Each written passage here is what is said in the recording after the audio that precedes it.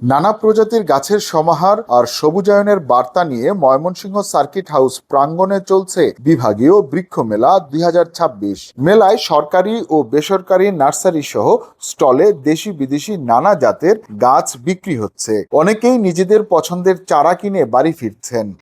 আমার যখন ভালোই লাগতেছে, বৃক্ষ মেলাটা ঘুরতেছি, সবাই বেচা কিনা করতেছে, কেনাকাটা করতেছে, আমার ভালোই লাগতেছে।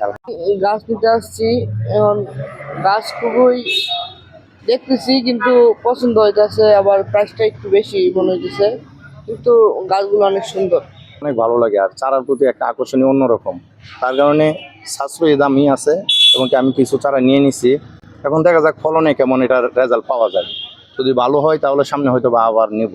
কি কি চারা কিনলেন? এখানে নিলাম হলো আপনার মালটা, এরপরে আছে আপনার জলপাই, লেবু, ঘুরতেছি আরো কিছু নিবো আর কি। ধন্যবাদ।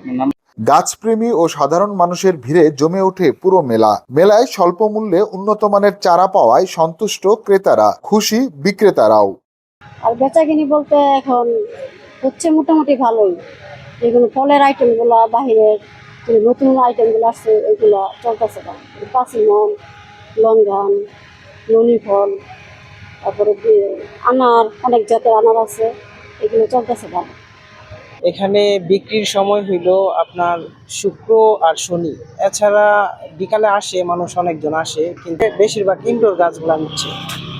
তো আর আর যারা ছাত্র ছাত্রী আছে, যারা আসে স্কুলের, তারা ফুল গাছ নেয়, যেমন ওই মাধবীলতা, রঙ্গন, তারপরে মুচন্ডা, এগুলো আর কি চলে।